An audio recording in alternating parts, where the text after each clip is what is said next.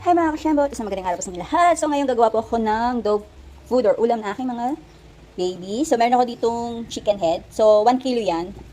And then maglalagay tayo ng ating squash or kalabasa. And then para mas healthy, maglalagay po tayo ng ating ampalaya. Malunggay. Then lagyan natin siya tubig.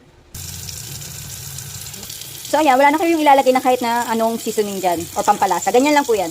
Then i-boil po yan ng 1 hour. So mag-start po kayo once nag-whistle na po ang inyong pressure cooker. Ayan mga kasyembot, ito na itsura niya after ng pressure cooker. So i-grind na lang po natin yan using food processor. So ayan na po siya. Pukabera lang natin and then i-food process natin. At ayan na po yung kanyang outcome.